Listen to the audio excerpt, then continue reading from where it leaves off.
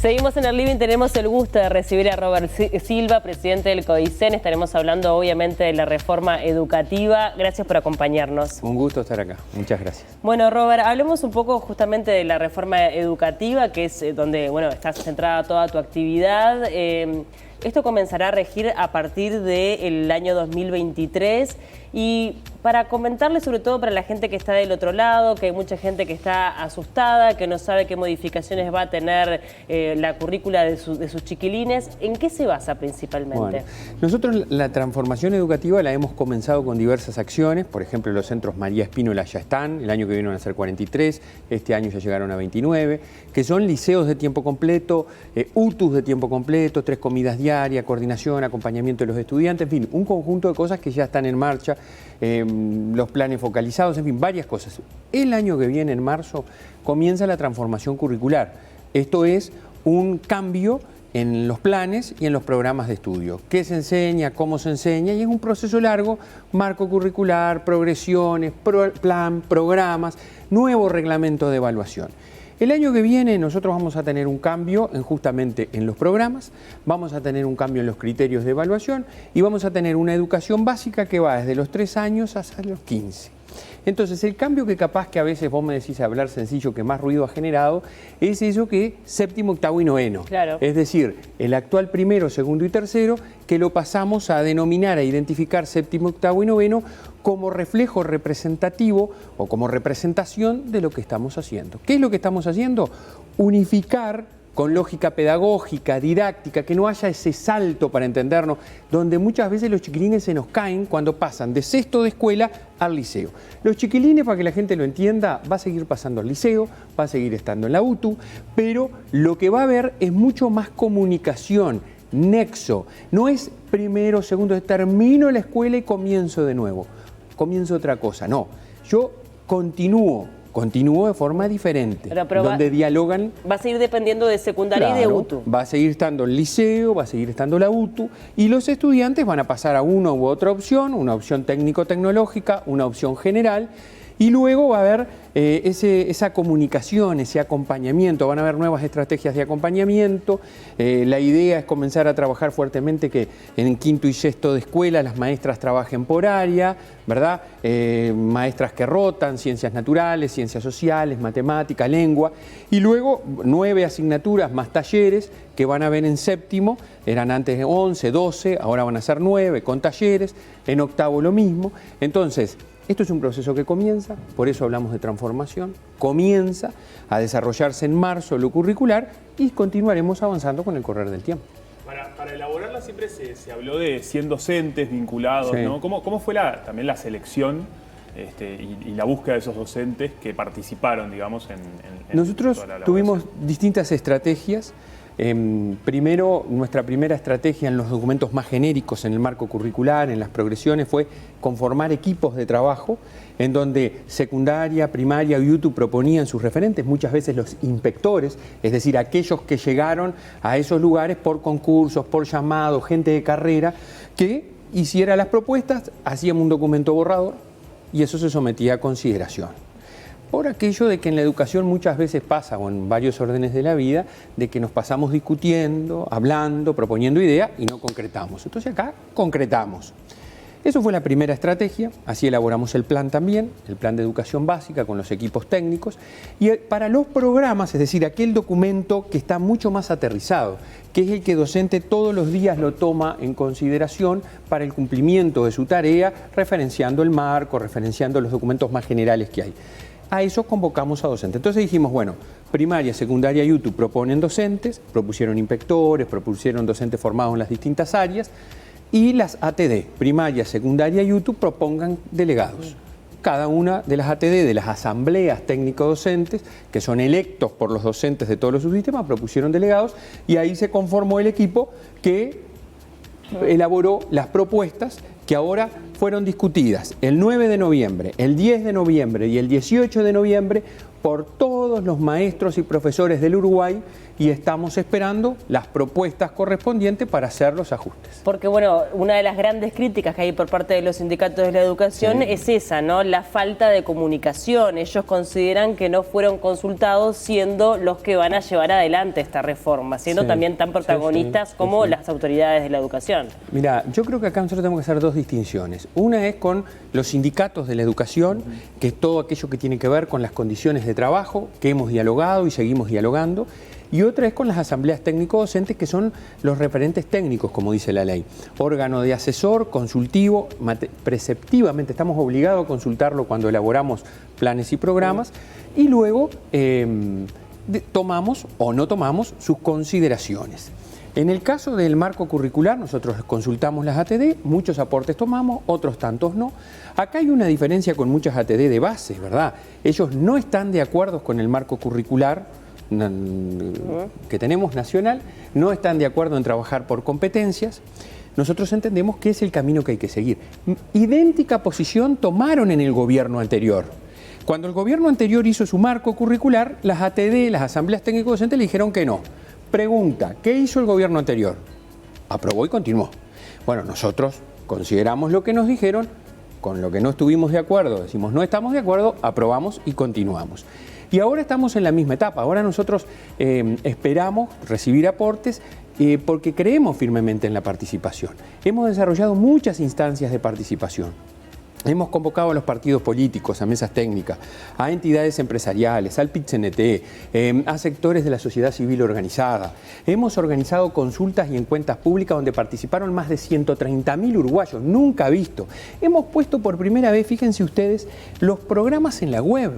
Nunca en la historia.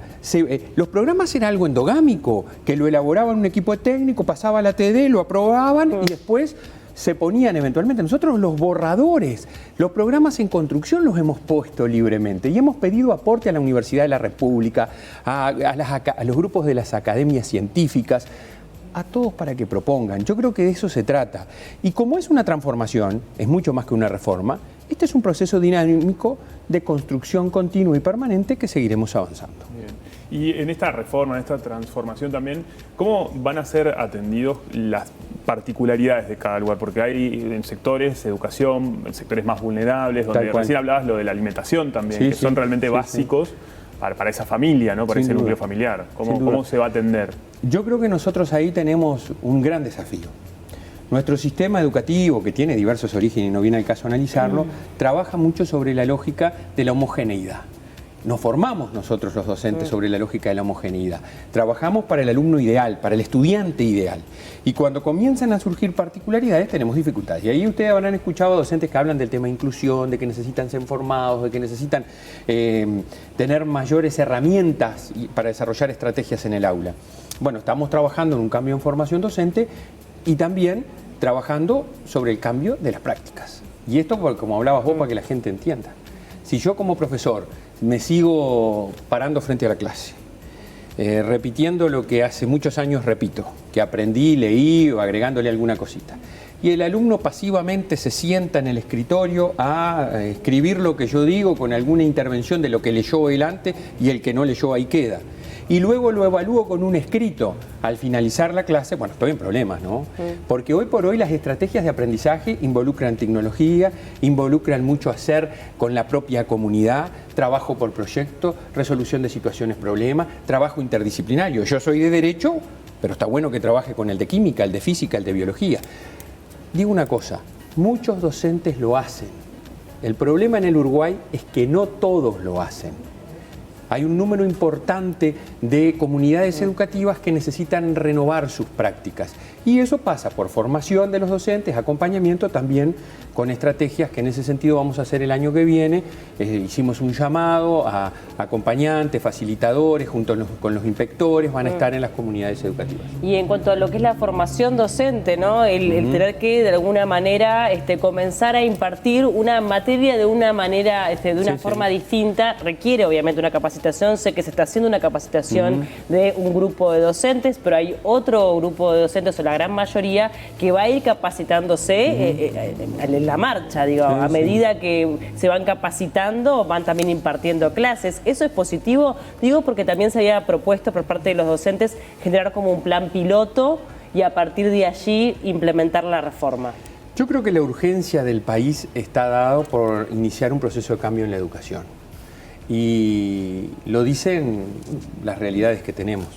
Si yo te digo a vos que a los 19 años el 42% de los chiquilines ya no estudia, ya no está en el sistema educativo. O que en los más vulnerables, a los 15 o 17, de 15 a 17 años, cerca del 30%, a los 15 años ya no está en el sistema educativo. Yo le pregunto a la audiencia y le pregunto a ustedes, ¿qué futuro le depara? Sí. Tenemos que cambiar la educación. El tema no está... depende únicamente de los centros educativos, ¿no? Totalmente de acuerdo. Hay también determinados contextos que son más complejos. Hay un tema... A ver, esto es un entramado de políticas sociales que nosotros tenemos que articular. Yo siempre lo dije, por mi formación filosófica, que la educación es la abanderada de las políticas sociales. Eso no hay duda. Yo creo que hay dos pilares fundamentales. La familia y la educación. Y la educación como política social acompañada de otras políticas sociales. Respecto a la formación de los docentes, yo estoy de acuerdo contigo. Es la primera vez que en la historia de la educación, reciente al menos, que hay un proceso de cambio curricular acompañado de formación de inspectores, directores y docentes. Antes no había habido. Todos van a tener su primer proceso de formación y hoy estuvimos trabajando en toda la mañana en lo que tiene que ver en el plan de formación que vamos a desarrollar durante el 2023. Va a haber un acompañamiento de los liceos, de las escuelas, de las UTU y va a haber procesos de formación. Y esto es de construcción colectiva. Y además, yo digo, va en la esencia de un docente, el formarse para desarrollar nuevas prácticas, para enseñar por competencias, para que entiendan, ¿verdad? Para hablar sencillo como ustedes tantas veces piden. ¿Qué es trabajar por competencias? Es bueno, no solo preocuparse de que el estudiante aprenda y sepa contenidos, sino que a través de esos contenidos desarrolle habilidades, desarrolle destrezas que le permitan desarrollar esas competencias, el pensamiento científico, el pensamiento crítico, el pensamiento creativo, ser innovador, ser un emprendedor, todo eso que se dice a partir de los contenidos. Acá no se abandona la historia, no se abandona la geografía.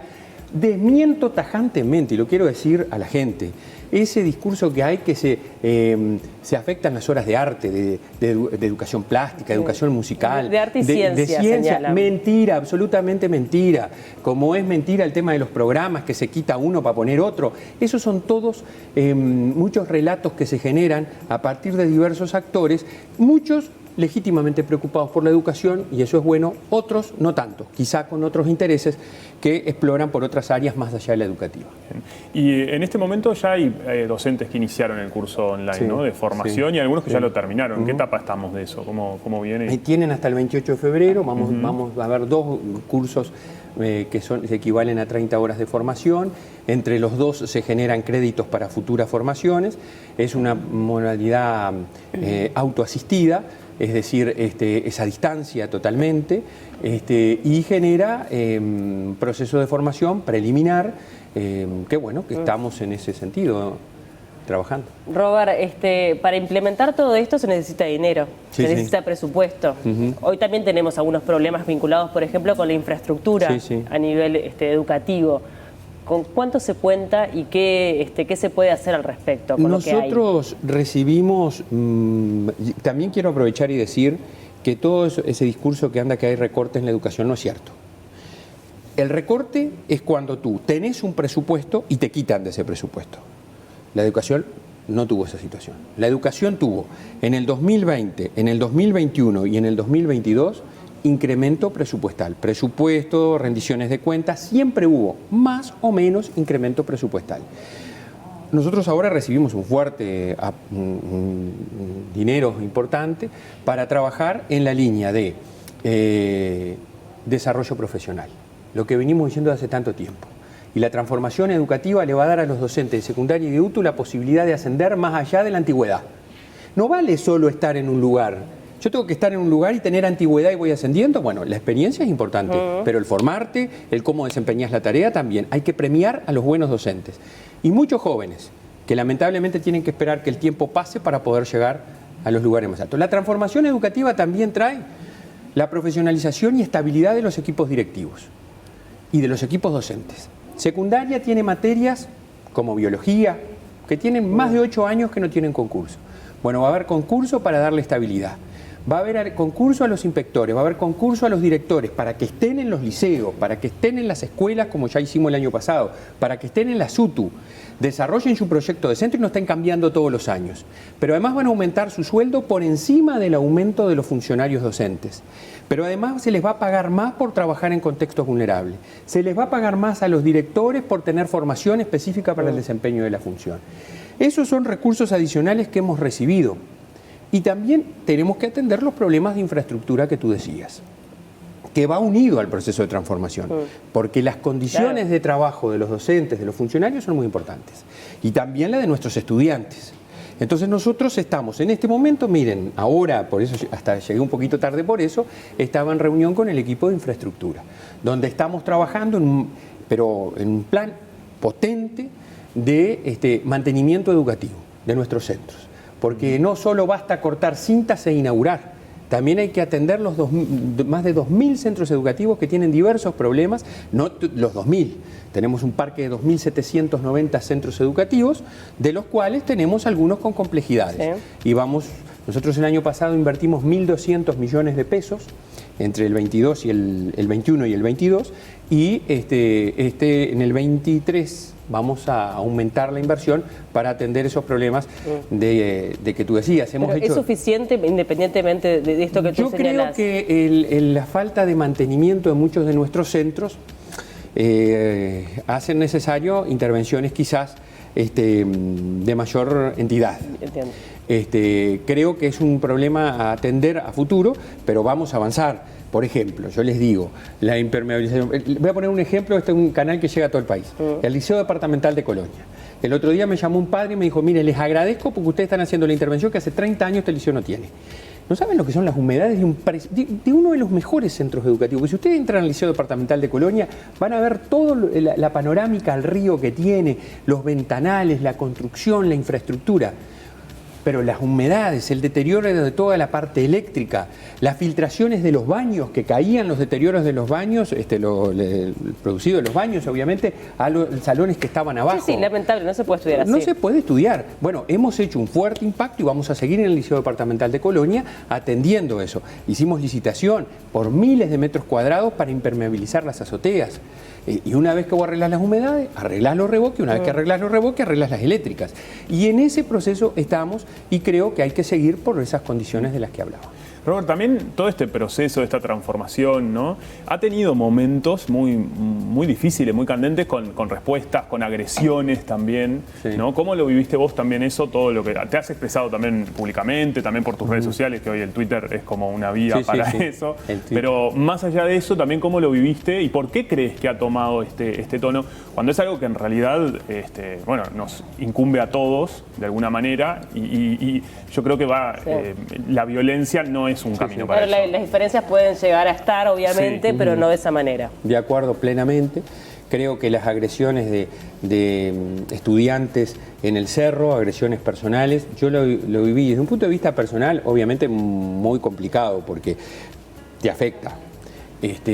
Pero creo que más allá incluso de lo personal o de lo institucional de la ANEP, es una agresión al sistema democrático republicano, como decías vos, en donde las diferencias no las dirimimos con la ley del más fuerte o con una agresión patotera como la que hubo en el cerro. Tampoco las dirimimos yendo a tu domicilio a enchastrarte y vandalizarte la fachada y a mandarte un mensaje fascista, que es decirte, mirá que sabemos dónde estás vos y tu familia.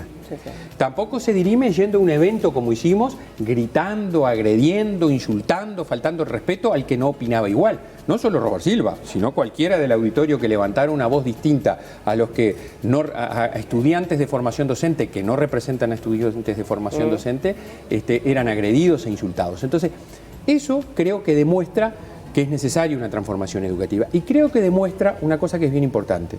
Dispuestos al diálogo, dispuestos al acuerdo, pero en ejercicio pleno de nuestra responsabilidad. Nosotros, por el tiempo que estemos acá, tenemos un mandato constitucional y legal, que es el de trabajar en el marco de nuestras potestades. Si no hay acuerdo, bueno, no podemos ser omisos. y no atender los problemas que la educación tiene. Porque acá hay una situación que yo siempre digo, que el país experimenta, ¿no? Nuestra situación es de tal entidad en cuanto a que los que se nos caen, a los que abandonan, a los que más repiten, son los que menos tienen, son los más vulnerables, son los más desprotegidos. Mientras tanto seguimos en discusiones, en asambleas y seguimos haciendo lo mismo. Y hay una máxima fundamental. Si quieres cambiar algo, no hagas siempre lo mismo. Nosotros establecimos un camino por el cual queremos transitar. Si tú no estás de acuerdo, tenés todo el derecho a no estarlo, pero presentamos una propuesta alternativa y la vamos a evaluar. Nosotros no hemos recibido propuestas alternativas. Sí hemos recibido lo que ustedes hace 30 años por lo menos escuchan. Mercantilización de la educación, subordinación al mundo del trabajo, subordinación a los organismos internacionales. Por ejemplo, el otro día FENAPES hizo un evento donde dijo que el INED, que el Plan Ceibal, eran ejemplos de la privatización y la mercantilización de la educación. Tan disparate puede ser. El Plan Ceibal, que comenzó en el año 2007, que ha continuado una política tecnológica de tecnología en la educación, que ha permitido achicar la brecha digital y todo eso. Digo, yo creo que son realmente, está bien, la gente puede pensar eso. No, y además en algún punto hay que buscar un consenso. Sí, o sea, sí. De verdad que para que esto funcione a nivel país hay que llegar a un acuerdo, Claro. porque si no va a ser una guerra. Esto es tremendo. Estoy totalmente. Lo que pasa que las dos partes, y asumo la responsabilidad en primer lugar, tenemos que llegar a un acuerdo. Fíjate que ahora nosotros le propusimos a FENAPES hacer una cosa que nos parece bien importante, que es que los docentes no roten tanto los de los liceos como los de UTU todos los años, los docentes efectivos, y que tengan estabilidad, que les dé estabilidad en su trabajo, seguridad, que permita además afianzarse en la comunidad educativa y que genere un proyecto de centro, los estudiantes, mucho de lo que ya pasa en muchos liceos. Bueno, lo hicimos con los centros de tiempo completo María Espínola, lo hicimos en el departamento de Flores, se hace en primaria desde hace décadas. No había oposición. Pues ahora la oposición es, se viola el estatuto, no se puede hacer. Entonces el sindicato está en contra. Bueno, señor, nosotros vamos a llamar a ámbito bipartito, pero les digo, a veces es muy difícil llegar a acuerdos. Cuando vos las cosas las venís haciendo, no tuviste oposición, tenés actas en donde hablaste el tema y no hubo oposición y se hicieron consultas respecto al tema. Y ahora salís con la posición de que no se puede hacer porque se viola el estatuto. ¿Eso sabés lo que es? Eso es lisa y llanamente querer que las cosas no sucedan. Y nosotros, mucho diálogo, procura de acuerdo, pero venimos para que las cosas sucedan. Robert, antes de despedirte, preguntarte si vas a ser candidato. No, a ver, yo lo he dicho, ¿sabés que este es un tema que a mí muchas veces yo creo que es legítimo plantearlo, lo que a veces yo veo que no es legítimo o no es sensato cómo se puso el tema. ¿Quién puso el tema de mi eventual candidatura? FENAPES. No, pero también hay una intención de tu fuerza política. Primero y tu agrupación, o sea, no es únicamente por parte del sindicato. Vamos a hacer las cosas cronológicamente como son. Nadie del Partido Colorado, al cual todo el mundo sabe que yo pertenezco, estoy inhibido de hacer política, pero fui candidato a vicepresidente, puso el tema sobre la mesa. Sí. Y el líder de tu grupo se fue también. Pero decime quién del Partido Colorado puso, nosotros queremos que Robert Silva sea candidato. No, el que puso el tema sobre la mesa fue el sindicato FENAPES, que dijo, Robert Silva está haciendo todo lo que hace para ser candidato a la presidencia. Luego vinieron la fuerza opositora, algunos sectores que dijeron, bueno, se está usando la educación para un trampolín político de Robert Silva. Luego la prensa tomó el tema y el tema tomó estado público. Entonces comenzaban a preguntar, y bueno, y hay gente que sí, legítimamente, capaz que alguno te conoce a vos dentro de él, quiere que vos seas candidata, o es un tema que puede estar, porque obviamente yo no soy político, no fui político, siempre fui militante político. Fui candidato a vicepresidente, y yo siempre lo cuento, porque siendo consejero de Codicen, estaba en la cocina, porque casi 7.000 docentes me pusieron ahí, y me di cuenta que la única manera de cambiar la educación de este país era cambiando el gobierno. Me di cuenta. Entonces, vino alguien y me dijo, mira, Robert, vos podés colaborar, sé candidato a vicepresidente. No. Bueno, terminé renunciando y aceptando la candidatura. Hoy estoy en el lugar que tengo que estar, pensando exclusivamente en la educación. Miren, yo estoy desde los 25 años en la educación. Hay mucha gente que sabrá de educación, pero conocer la educación pública y la gestión como yo, humildemente digo, no le sobra derecha a nadie. Entonces, mi compromiso, mi vocación, mi trabajo de 12, 14 horas por día es por tratar de dejar algo y que la educación cambie. Y si las circunstancias determinan que haya lo que haya que ver a futuro, se verá. Hoy pero no es un no rotundo, no, entonces. yo digo, no está porque tenés que renunciar un año antes. No, pero por eso, no está en mi pensamiento de ninguna manera. Hoy, si vos me decís, ¿estás trabajando para ser candidato a presidente?